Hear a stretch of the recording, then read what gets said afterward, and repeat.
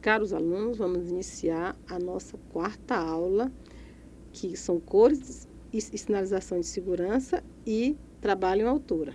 O objetivo dessa aula é conhecer as cores de sinalização de segurança, assim como apontar a importância da NR35, trabalho em altura.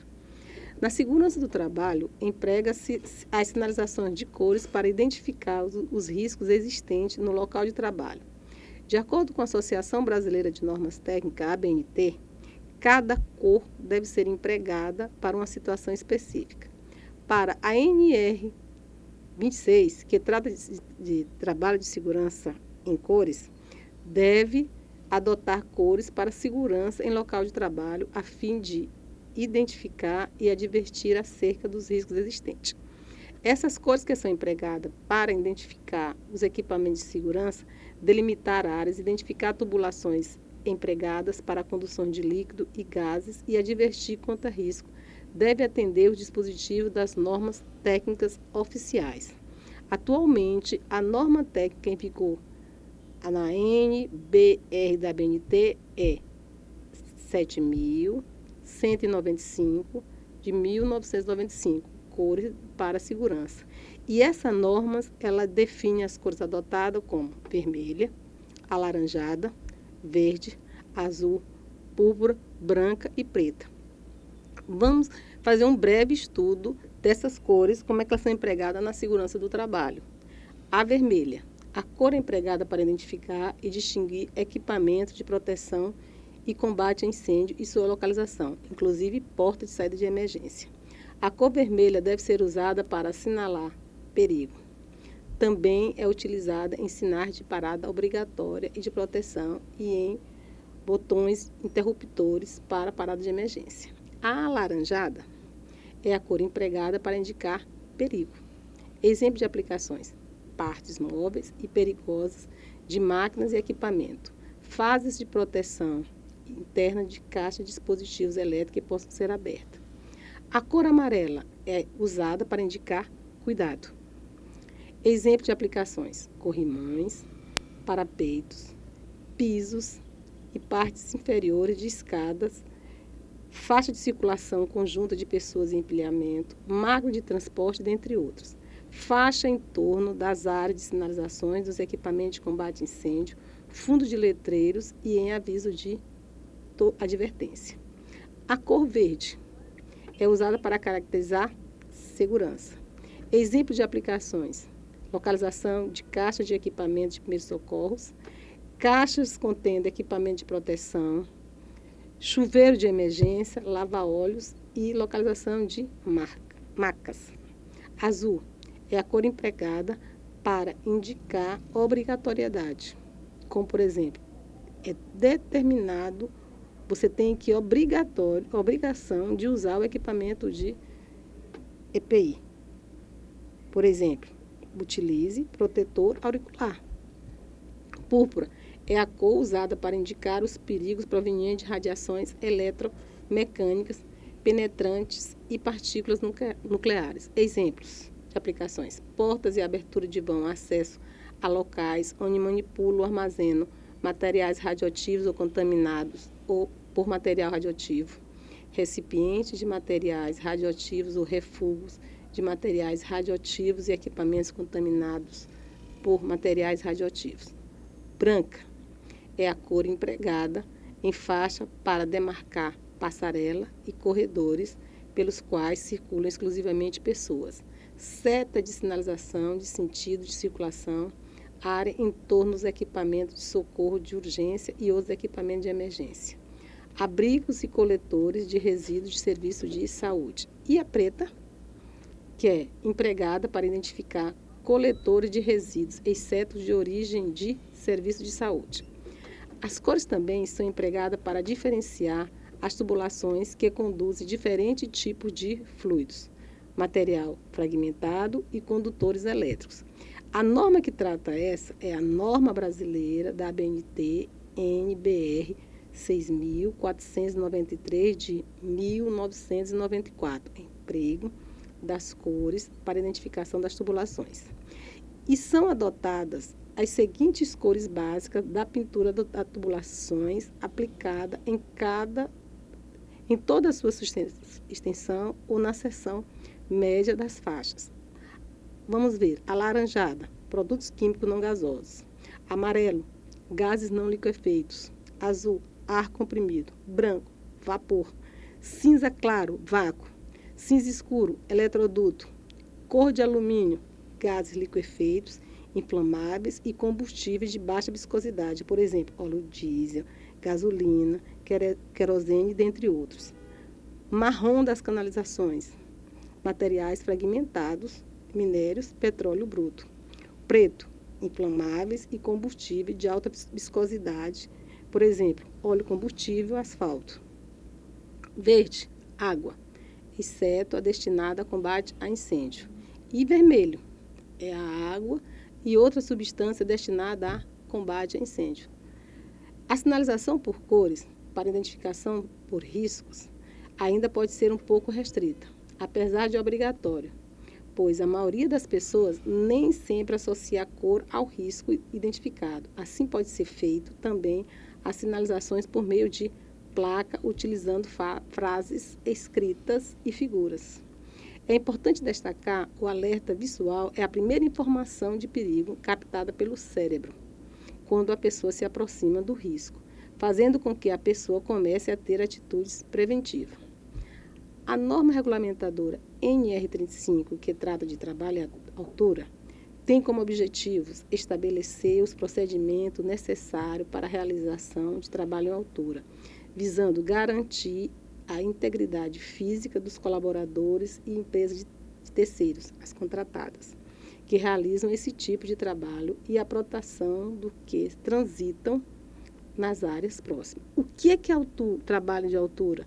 É aquele executado acima de 2 metros do nível inferior e com risco de queda. Na NR35, encontram-se os requisitos mínimos e as medidas de proteção para o trabalho à altura, desde o planejamento até a execução, garantindo a segurança e a saúde de quem está diretamente envolvido ou indiretamente envolvido nesse tipo de atividade. É muito importante saber que a NR35, tal como todas as normas que você estuda, elas complementam-se com as normas determinadas pelos órgãos federais competentes ou ainda com as internacionais com o mesmo objetivo. O empregador é aquele que contrata a mão de obra e que tem um papel fundamental no que tange ao sucesso de aplicação da NR35 no ambiente de trabalho. Tem como obrigação assegurar que as medidas protetoras sejam implantadas, garantir que a análise de risco, AR, seja feita e, se necessário, emitir a permissão de trabalho, que é o PT. Desenvolver procedimento operacional, assegurar que irá fazer avaliação prévia no local onde será realizada a atividade. Tomar providências necessárias para acompanhar as empresas contratadas no que diz respeito à norma. É fundamental garantir ao trabalhador informações atualizadas sobre os riscos e as medidas protetoras, bem como garantir que o serviço só inicie após a adoção de tais medidas. Estas são as funções também do contratante, que, em qualquer situação de risco não prevista, garante a suspensão imediata do trabalho. Deve estabelecer uma rotina de autorização para o trabalhador, assegurar que a atividade seja realizada sob supervisão, sendo ainda responsável pela organização e arquivamento de toda a documentação pertinente à NR35. Uma pessoa só exerce o trabalho previsto na NR35 se treinado e capacitado. O empregador é o responsável de promover programas de capacitação, além do treinamento periódico. Os treinamentos têm, no mínimo, 8 horas de duração, deve ser realizada a cada 2 anos ou, independentemente da época, quando houver necessidade de novo treinamento por motivo como novos procedimentos, retorno ao trabalho após 90 dias de afastamento ou houver mudança de empresa. Pelo treinamento, trabalhador recebe o certificado, ficando uma cópia na empresa. O empregador deve garantir ao trabalhador que o exame e avaliação de saúde seja inerente ao PCMSO, que seja periodicamente realizada, considerando possíveis riscos de mal súbito e queda de altura. Os dados de saúde do trabalhador devem ser sempre atualizados. O trabalho em altura oferece de risco para todos os outros. Devem ser planejado, organizado e executado por trabalhador capacitado e autorizado. Para que as tarefas possam ser executadas com sucesso, algumas medidas precisam ser adotadas e seguidas conforme determina a NR35. Nessa ordem: 1. Havendo meios alternativos, evitar o trabalho em altura.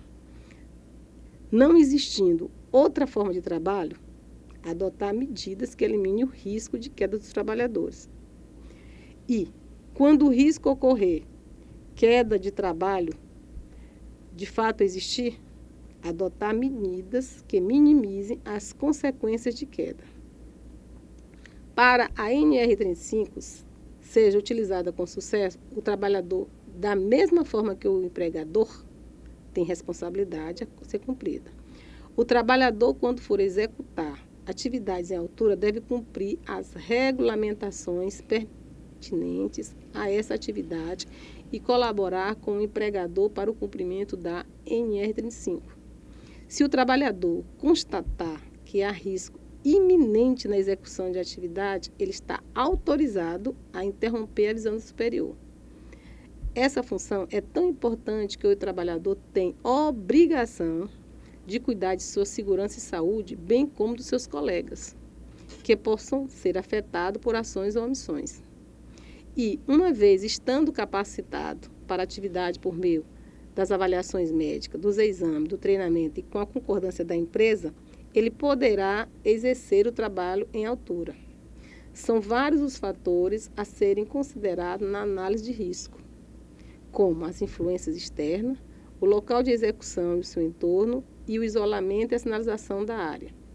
Pontos de ancoragem, as condições do tempo, a seleção, a inspeção, ao risco de queda de materiais e equipamentos, de que forma são utilizados o sistema de proteção coletiva e individual, as orientações do fabricante, as situações de emergência e o planejamento do resgate e primeiros socorros, a necessidade de sistema de comunicação e a forma de supervisão. A AR, que é a análise de risco, preocupa-se com a queda de materiais e ferramentas, com os trabalhos que acontecem ao mesmo tempo. Considera o atendimento dos requisitos de segurança e saúde que constam nas outras normas e as condições que podem impedir a realização do trabalho em altura.